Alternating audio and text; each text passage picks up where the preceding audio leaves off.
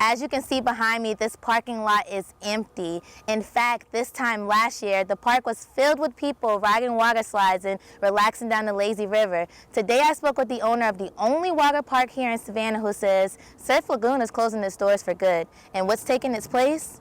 An apartment complex. Officials say the inmates were found right here in Hinesville. 2 of them were actually found in this dumpster right here beside me. Now, I spoke with residents of Garden Heights who say this is usually a quiet neighborhood, but last night was everything but. Everyone loves to go to the theater to enjoy a movie, but there may be fewer movies made here in Georgia now that Governor Brian Kemp has signed the heartbeat bill. The post office says you should drop your package off up to the final pickup time, which is listed on the mailbox. Doing so any later gives thieves time to do a little fishing for your package. One very special Ohio-based pizza place has made its way to the hostess city. That's right, Donato's Pizza is here and ready to take a slice out of Savannah. It was a moment doctors said would never happen. They're just mind blown. They don't know what to do. But here she is, Jamie Bassett, walking across the stage, graduating with her Effingham County High School classmates. I was just overwhelmed with so many emotions, but being able to do it was amazing. Graduating was the simple part, but walking, well, that was the real miracle. I'm very proud. I am. It's been a long journey, really. It was the summer before her sophomore year, when Jamie's life changed forever. A horrifying car accident which left the teen paralyzed from the waist down. Jamie would endure months of therapy at the Shepherd Spinal Center in Atlanta before returning home. That's when the real healing began. I think we wake up in the morning and we're just okay, well, this is just normal. But when you wake up and you see a wheelchair and that's your only way of transportation, it really does change a lot. Jamie credits the lessons that she learned out here on the softball field and from her old teammates for helping her get back on her feet.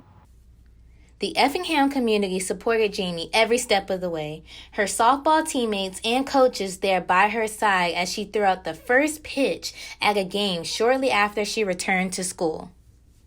The years and seasons would pass, but the support from family and friends never drifted, and neither did Jamie's drive to get back on her feet.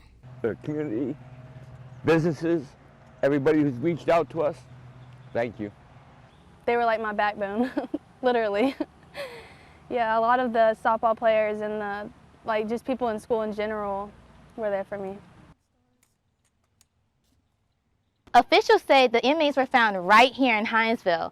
2 of them were actually found in this dumpster right here beside me. Now, I spoke with residents of Garden Heights who say this is usually a quiet neighborhood, but last night was everything but. Around 7:30 Tuesday, U.S. Marshals say Tabitha Cox, Sean Henley, and Hope Arment were being transported by a private company.